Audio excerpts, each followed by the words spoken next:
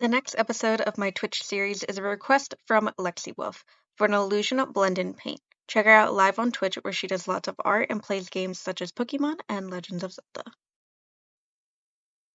Alright, so the game plan for today's paint, one of today's paint, because there's going to be multiple, is to blend myself into this plant.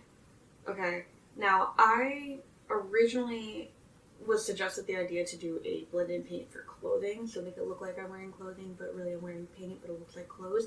However, I don't do paint like that, so we're doing this instead, and the idea is to take my hand on one of the petals and blend it in, so that way it looks like it's blended in, so it's like illusion type. I don't know how I'm going to do it,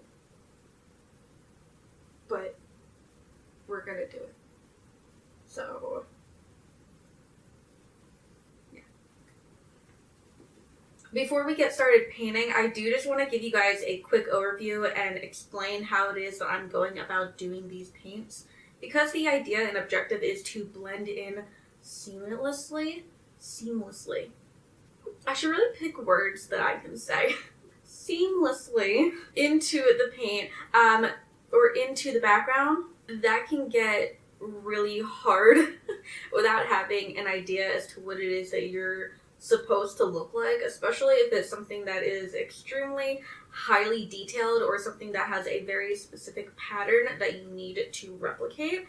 So what it is that I decided to use to help me visualize what it is that I'm supposed to look like, because I know for me sometimes the visualization is a huge part of being able to do paints of this nature, especially because it's my first time doing this.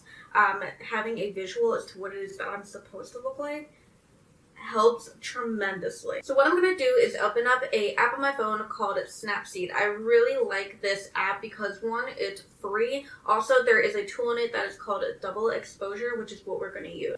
So with that said, I took two photos, one that is completely just normal of the object that I want to blend myself into, and then I took another photo, making sure that my phone or camera, whatever it is that you use, stays exactly still, does not get moved or tweaked in any way, and I just put my hand over the object. So I'm going to click the plus sign in the middle of the screen and go ahead and scroll through my media and find the photo without my hand first. Then I'm going to go down to where it says Tools, and I'm going to scroll down to where it says Double Exposure. With this, I'm going to hit the plus sign in the bottom corner, and I'm going to scroll to find the photo, the same photo, but with my hand in it to go on top. Then, because Snapseed winds up rotating your photo automatically, all I'm going to do is size it up, make sure that I can pretty much finagle it to where it's the same photo on top of each other, just kind of like lining things up. And then all I'm going to do is hit the check mark. Once I hit the check mark, I'm then going to go ahead and hit export and then save.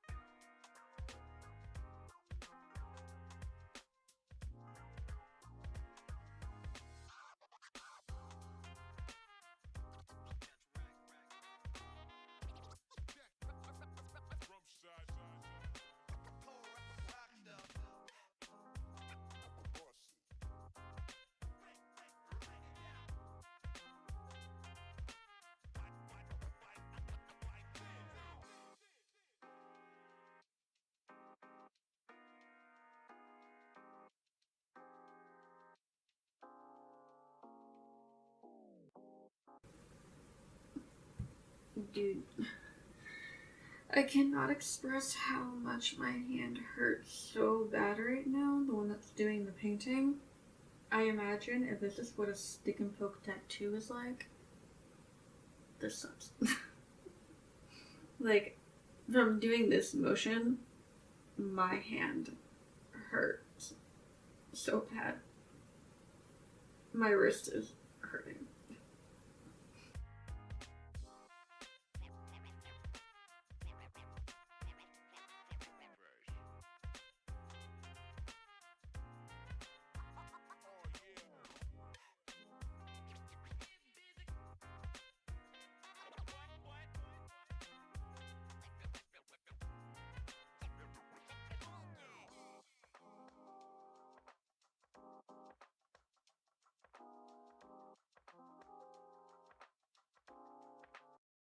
So I have this painting that I did not too long ago. It's kind of like a personal paint project that I did a little while ago for no reason. And I thought it would be cool for this video to try my hand in blending my hand in this paint. This is kind of like a skill building activity for me a little bit, because one thing that I find really hard is matching paint colors, but also not just matching but mixing. So body paint and stuff like that is different when mixing colors. It's not too different, but it's a little bit different when mixing colors than just regular paint is. So that's something that I want to try and get a little bit better with, and I think this particular painting and this particular idea here is going to be really good with that. I'm doing the exact same method that I did with the other painting, where I'm going to take my photos into Snapseed and give myself a rough idea as to what it is that my hand should look like, so that way I can see and it's a little bit easier for me to blend it in. I think I'm going to do like this area here. I think that would just be a little bit easier for a first time trying this idea. So that's the plan.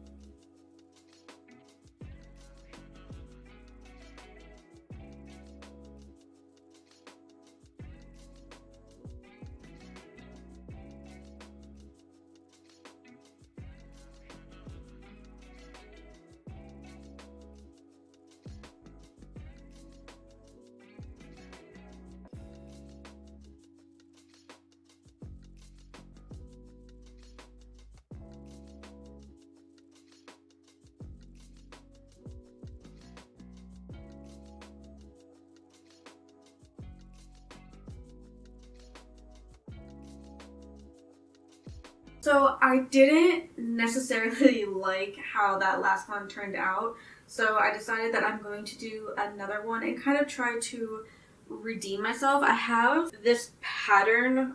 This is just fabric that I've been trying to turn into like a summer dress for like years now, and I promise I'm going to do it this year. But I have this pattern that I thought was close enough to a degree to the first paint that I did, to where it's a little bit more forgiving if the pattern isn't exactly perfect, or if, I have my own interpretation to it, such as if I decide like a spark should go a certain way, or if a color should be a little bit deeper in a certain area. Because it's a little bit more abstract, there's not like a defined pattern, so it's a little bit more, like I said, forgivable if I don't get it 100%. So we're gonna try and do that.